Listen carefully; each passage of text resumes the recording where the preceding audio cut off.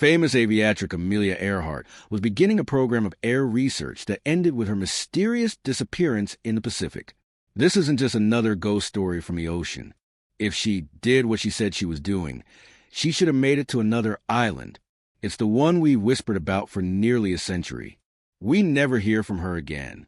She's been gone 87 years, and we still don't have a definitive answer as to what happened to her. The Newly Airport, a fearless woman, vanished into thin air, leaving no wreckage signals or answers behind. For 88 years, the Pacific held its silence. One of our members, we're a membership organization, called me and said, "Hey, we got a theory about Amelia Earhart." But in 2025, something stirred on the ocean floor. A sonar ping, a glint of metal, and a pattern that didn't belong to nature. It belonged to Amelia Earhart. With cutting-edge technology and undeniable proof, the truth is rising from the depths. The mystery is no longer what happened to her. It's why we never found her until now. The woman who defied gravity long before her name became legend. Amelia Earhart was already redefining what a woman could be in an age when flying was still new and women pilots were even rarer. She didn't just break records. She broke expectations. With her leather jacket, windswept hair, and sharp gaze, she became a symbol of possibility in aviation and life. By the 1930s, she had already done what few dared to dream. She crossed the Atlantic solo. All eyes are on Amelia Earhart as she embarks on her quest to become the first woman to fly around the world. She set speed records. She flew higher, farther, and braver than anyone expected. But for Amelia, it was never enough to simply follow a path. She needed to create one. Her final mission would be the boldest yet. A flight around the world along the equator, the longest route possible. With Navigator Fred Noonan at her side, Amelia Earhart and her navigator Fred Noonan take off in a Lockheed A-10 Electra. She took off in a custom Lockheed Electra, chasing the horizon in a global arc that few had ever attempted. They made it far across continents, oceans, and storms. But on July 2nd, 1937, something went wrong. As they neared the speck of Howland Island in the vast Pacific, the plan is for them to land and refuel at Howland, after which they'll continue on to Honolulu and then make the flight to Oakland. And that's a flight that is made before. Her voice crackled over the radio. "We are on the line 157 to 337. We are running north and south." Then silence. No distress call, no confirmed crash, no goodbye, just two people, an aircraft, and a world holding its breath. It was the last time anyone ever heard from Amelia Earhart. Or so we thought. The vanishing 1937's greatest mystery. Within hours of Amelia Earhart's final transmission, alarm bells rang across the globe. The U.S. Navy and Coast Guard launched what would become the largest and most expensive air-sea search in history. 9 ships, 66 aircraft, 250,000 square miles of ocean scanned. And yet nothing. No oil slick, no floating debris, no sign of the Lockheed Electra or its 2 passengers. It was as if the Pacific had swallowed them whole. President Roosevelt authorized a full-scale emergency response. Radio operators replayed every static-filled second of Earhart's final words, searching for hidden meaning. Experts debated wind directions, fuel limits, and celestial navigation errors, but all they found was more uncertainty. The disappearance was as devastating as it was baffling. Amelia hadn't just vanished. She'd done so at the height of her fame. Her mission was followed by millions, and her face was known in every newspaper. To lose her with no explanation and no closure turned tragedy into obsession. Rumors grew. Did she veer off course and crash into the sea? Did she find land and survive as a castaway? Did hostile forces in the Pacific Theater capture her? With every year that passed, the silence deepened.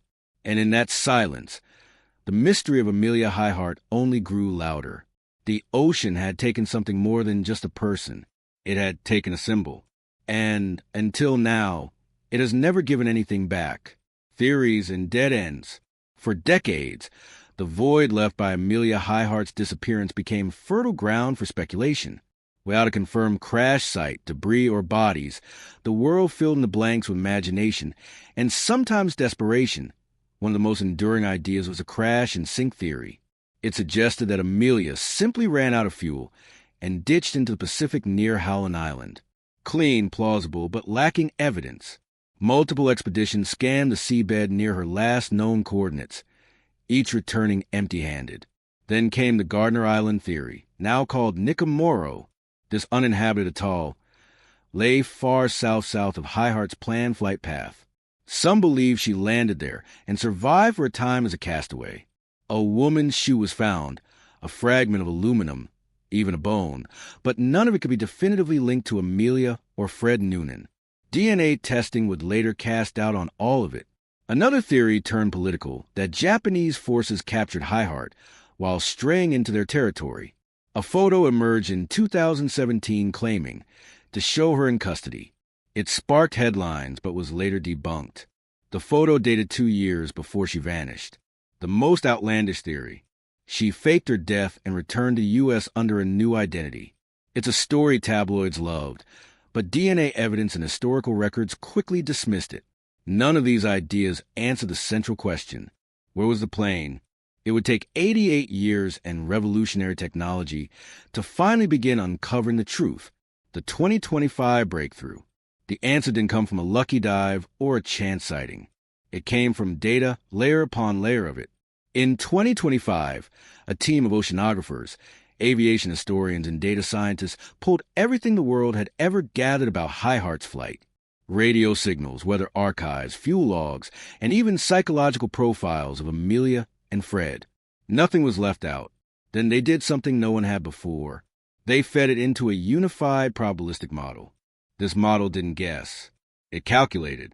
It accounted for every variable: wind drift, radio strength, likely decisions under stress, and then pointed with chilling certainty to a new location: the Howland Basin, a deep, remote trench nearly 400 m southeast of where anyone had been looking for decades. This region had been ruled out, its complex underwater currents making it seem impossible for debris to stay visible or intact.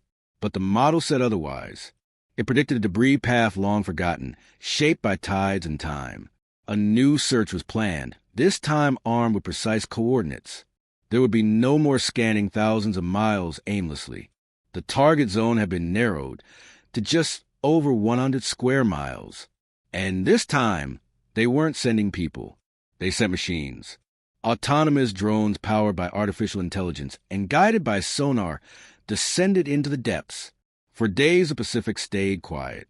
Then, on the 8th day, they saw it. A jagged outline. Metal ribs that once held wings. Scattered parts too symmetrical to be natural, and a pattern of wreckage matched the impact of a falling aircraft. One that had tried to land, not crash. The silence had finally cracked. The tech that changed the game. The discovery wouldn't have been possible even 5 years earlier. The key was a fleet of revolutionary underwater machines. 5 synchronized drones known as ADO units, autonomous deep ocean explorers. These weren't like the remote-operated vehicles of the past. They could dive deeper, stay longer, and think for themselves. Each drone operated independently for up to 3 weeks, navigating pitch-black depths without surface communication. They scanned the ocean floor with next-generation synthetic aperture sonar, creating high-resolution 3D maps. These weren't just blurry outlines. They could identify objects the size of a coffee cup beneath 18,000 feet of water.